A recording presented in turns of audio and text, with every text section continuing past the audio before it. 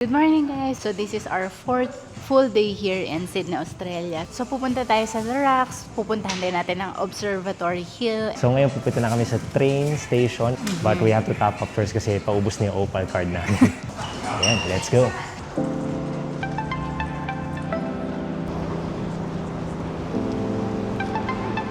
Yeah. Dito kayo kumuha ng hotel malapit sa Central Station. Marami dito. Hindi na yung hotel namin na Central Studio Hotel. Merong YHA Sydney Hotel. Meron tayong mga magkakalapit para madali lang ang inyong transportation.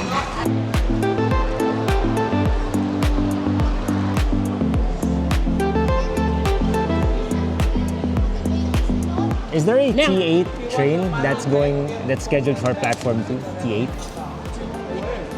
Going to Circular Quay? Alright, nandito tayo ngayon sa platforms 4 to 27. Ang sabi sa atin is pupunta tayo ang platform 17. And yan, top up, boom. So we're heading to the left. Ayan si Sel. Alright.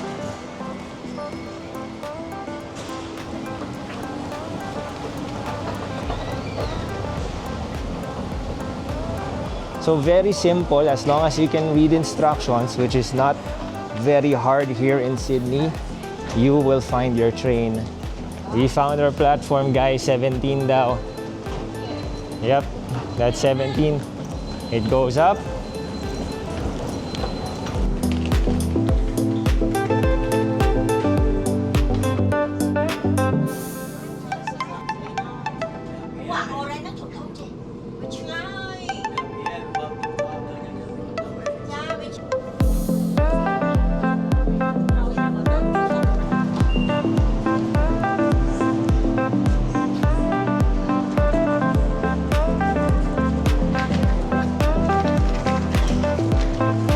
It's a hell of a view.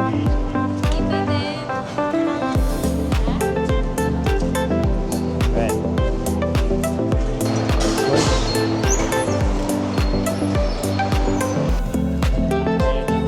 So right now, nandito tayo sa Circular Quay. Maglalakad na lang tayo papunta sa The Rocks. And nakita namin, may nakadock ngayon na cruise ship. So nasa background din, naririnig nyo. Naka-violin siya, Mi. Social. Tara!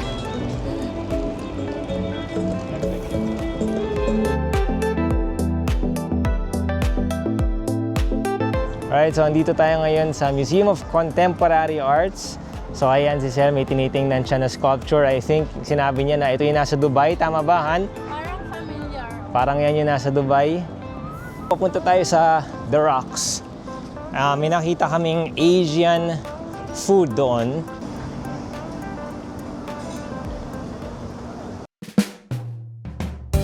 Dito tayo sa The Rocks. There's street markets. Madami mga stalls dito. There's food. I'm sure may mga iba pang mga stores doon. Sunday Look. kasi, baka weekend. Yeah, linggong-linggo. There's lemonade over here. Oh, may mga shirts, tote bags. Madami, guys.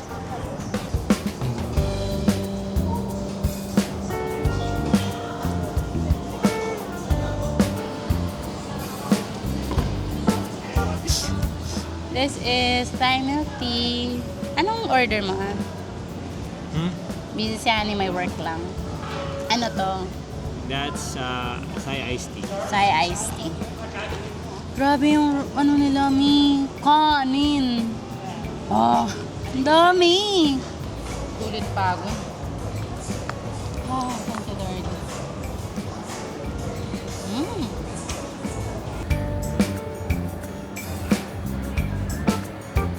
Alright, so tapos na kami kumain. Ngayon, ine-explore na namin yung The Rocks. And this time around, si Sel ang nagna-navigate. As you can see, alam niya kung saan kami pupunta. What's that? Ayun, Cadman's Cottage, Circular Quay West. Sige, Han, do your thing. Pababa pala siya, okay. Cadman's Cottage, historic site. Yan ang tinatawag na Cadman's Cottage. So guys, yung nasa likod, may nagtutour, nakinig kami. Yung dating may-ari kasi nito is, he's a convict, diba? Yeah. Pero, ginawa siyang superintendent ng mga boats kasi dati kumbaga parang marine kind of town. So madami mga dumadaan ng mga boats. So siya yung ginawang superintendent. And dyan siya naka-station, which is why it was called Cadman's Cottage. Yan. Apelyido niya yun, guys. Si John Cadman. Yun, Tapos makikita nyo sa mga yung mismong semento, hindi nila totally inayos, no? Parang medyo ruins pa rin siya. So this is the view right outside the door, no? Mapapansin nyo buhangin yan. Bakit? Kasi this used to be a beach. And makes sense kasi doon tubig na, if you can see me, nakadock na, 'di ba, cruiser line, dagat na yan eh. So this used to be a beach. Okay? And then dito sa tapat, yan yung Cadman's Cottage. So, yan. Tingnan nyo yung view, ang ganda before. Maganda pa rin right now. Sa pangalagaan. It's the same view. Kumbaga, na-modernize lang today, na may mga buildings na and roads, ganyan. Tapos punta tayo sa kabila.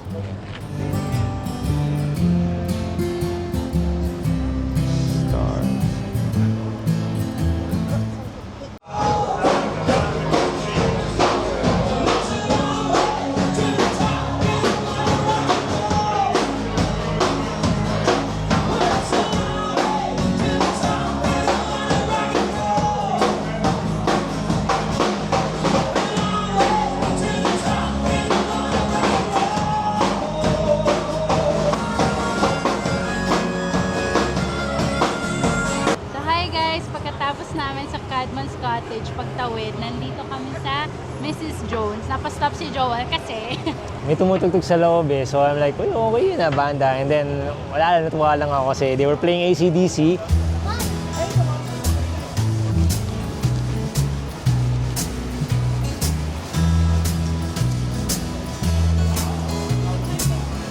Alright, we're here sa Fortune 4, Sydney's oldest pub since 1828.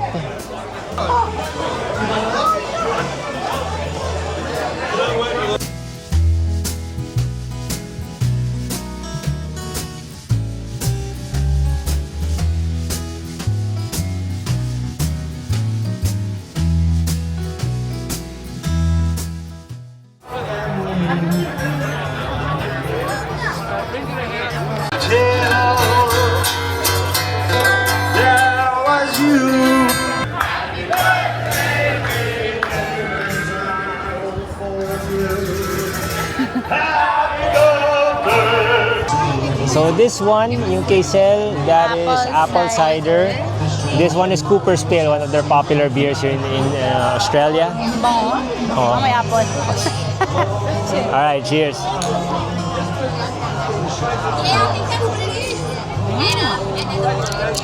Pretty good. Pretty good beer. Stop. Mainom ko to kasi apple. Yes, yes. Tingnan niyo siya. Wala. Pero, like this one. Kasi ako mahilig sa beer. Pretty so good. Mas ma-fruity beer ako. Ah. Tapos guys, lumibot-libot kasi ako. May hotel din pala to. Sa likod lang ng Talaga. Starbucks. Tapos meron silang bistro pag gusto mo kumain. Pero pag gusto mo lang uminom, dito ka. Dito. Inom-inom lang. Meron mga pints dito, merong mid-size, pero dito lang kami sa... This is Midi. Midi, oh, yun yung pangalan. Midi. Ngayon lang ito siya kalaki.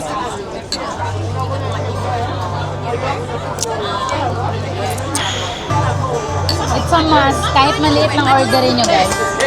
Diba? For the experience.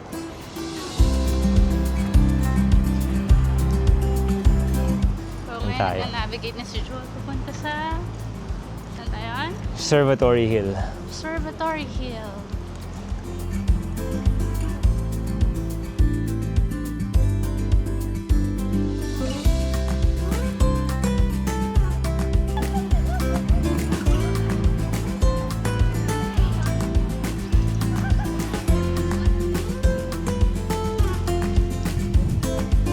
Alright, so nandito tayo ngayon sa Observatory Hill kung saan madami mga nag-chill, mga nagpi-picnic, yes.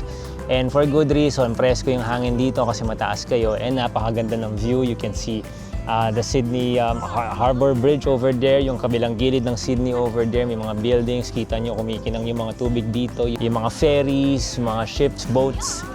Ang ganda lang, nakaka-relax guys kung nandito kayo.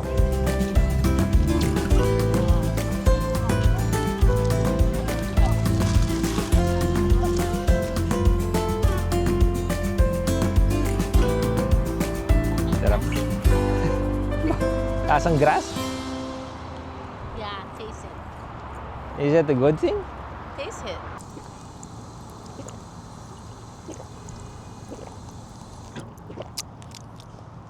Water is water. I like it. So, naglalakad na kami puntang bus station and tignan nyo naman yung view namin. Papunta lang to sa bus station Okay, so yun, naglalakad kami sa Barangaroo na bus stop from Observatory Hill. One thing about Sydney guys is okay naman yung city pero sometimes it can be a maze kasi ang dami niyang layers, so minsan nasa taas, minsan nasa baba, so may mga ganito halimbawa maghahagdan pa kami pababa, right? The bonus thing is you get a view like that, so not bad na rin. Not bad na rin, pero you have to have your Google Maps in handy kasi yun talaga ang magdidirect sa inyo. And sometimes nga kahit na may Google Maps, at least ako kami, nalilito pa rin kami kasi parang, bakit ang daanan dito? And then malalaman mo, yung pala, okay, so may hagdanan pala dun. So, halimbawa, ito, parang hidden stairs siya para makababa kami dun sa main road kung saan may bus stop. So, ayun. So, pag nakita nyo na yung buildings na yan, One Sussex, may Accenture dyan. Ito ang bus station sa Barangay South Bus Stop and 324 ang inaantay natin. So, medyo na late yung bus kasi ang gamit nga namin, di ba, Google Maps. Mas better kung nakarating na kayo sa bus station, ang scan nyo na is this one. Yung scan nyo na is this one kasi mas real time yung departures. So, medyo na late ng mga 12 minutes. So, I think darating kami sa misa sobrang sakto, mga 6 o'clock. So, hopefully, meron pang upuan. Kung wala na, doon na kami sa labas. Woo!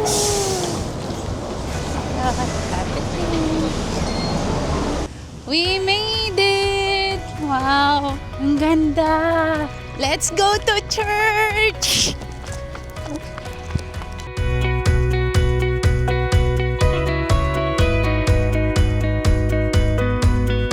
Guys, nandito tayo ngayon sa Hyde Park. Maliwanag pa kahit 7 p.m. Kakatapos lang namin mag-mass ng 6 o'clock p.m. hanggang 7 p.m. sa St. Mary's, which is nandito lang. Di ba ito yung Hyde Park? Yep. Ito lang siya guys, so, di ba? Papakita namin sa inyo yung loob kung pwede mag-picture and video later. Kasi kanina may mass. Siyempre, bawal mag-picture and mag-video. So, right now, nandito kami ngayon sa Hyde Park. Sa lawak nito, makikita nyo itong nasa likod namin. Yan ang Archibald Memorial Fountain. So, bakit Archibald Memorial Fountain? Kasi pinagawa siya, makikita nyo sa plaque dito. Ni Archibald. J.F. Archibald to commemorate yung Association of France and Australia during World War I. So bakit ganyan? Kasi nga, Association of France, diba? So French yung design, gusto niya French ang mag-design, so naging ganyan ang design ng fountain. And it's one of the highlights, one of the many highlights dito sa kalawakan ng Hyde Park, no? Yes.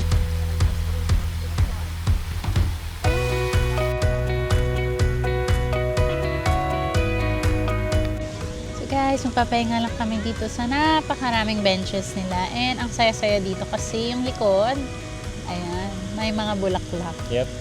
Inaayos talaga nila. Sana. Preskong presko. Pwede kang maupo dito, mag-relax lang, kahit tingin ka lang doon, parang for 15 minutes, mag-relax ka na.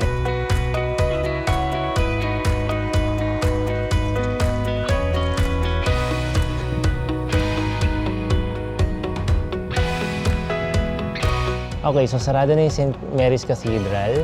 So what we'll do na lang is we'll show you some pictures or mga photos or clips kung ano mamahanap namin sa Google para ma-appreciate nyo yung loob nyo. But nonetheless, yun nga, if you have time, you can visit here Kasi ang ganda niya talaga, guys.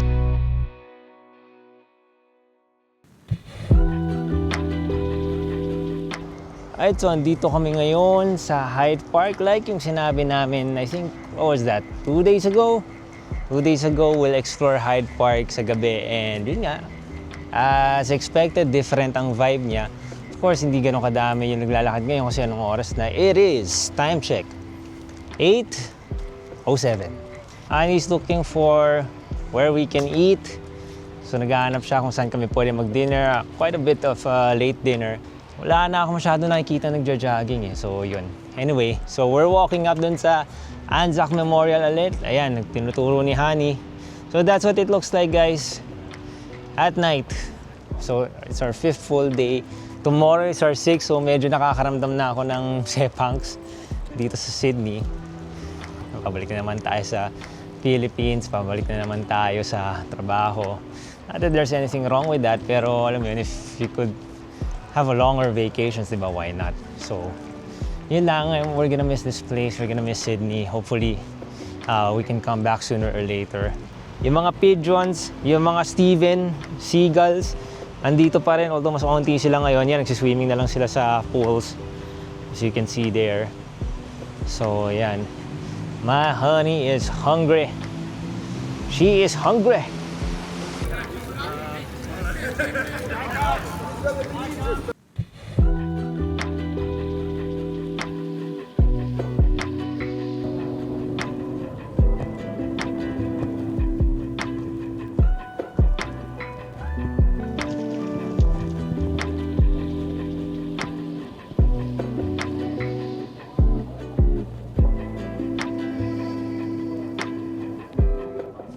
Ang napili namin is Sedap. So napansin ko lang is mas mura to kaysa sa Chinatown. Opinion ko lang yun kasi yung mga food dito is below 10, tapos may 15. So affordable dito.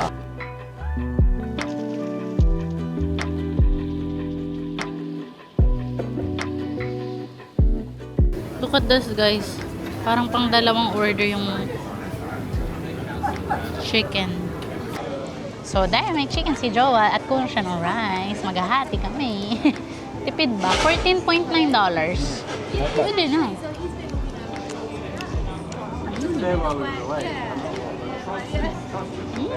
Malasa. Yung kanin nila buhaghag. Oh. No? Yung sa Chinatown, yung fried rice namin parang 21 plus per serving. Ito, 14.9. Mas affordable, no? Separate yung drinks nila. Pag gusto mo soft drinks, water, may separate na ano doon, bilihan, no? Hi guys, 9:30 PM na nagsasara na yung mga restaurants. So ako, may take out ako. Ibe-breakfast ko to bukas kasi bukas, anong kakainin natin? Magla-lunch na kami ulit. Wala na kaming breakfast sa labas. Breakfast na lang namin itong tirang fried rice and may onting lemon chicken. Kasi, honey chicken. Kasi meron kaming bonggang lunch bukas. Yeah, we're gonna try yung steak, some steak here sa Sydney on our last full day here. And then, after that, punta kami Manly Beach. Yes. Balita ko may doon. Ano yung sikat na cook? A butter boy? Butter boy. So we wanna try that. And para maka-beach ulit, para relax-relax na lang on our last day. So, Sabihin namin sa inyo yung difference kasi nakapag-Bondi Beach na. Yeah. Sa local kasi na nakausap namin sa fish market, mas recommended niya ang Manly Beach. yeah. And so that's a wrap for the night. Kami uuwi na at magpapahinga, magre-recharge for tomorrow. So hopefully na-enjoy niyo yung vlog na to. And if you did, don't forget to like this video and subscribe. Again, I'm Joal. I'm Sel. And we'll see you on the next vlog. Bye. Bye!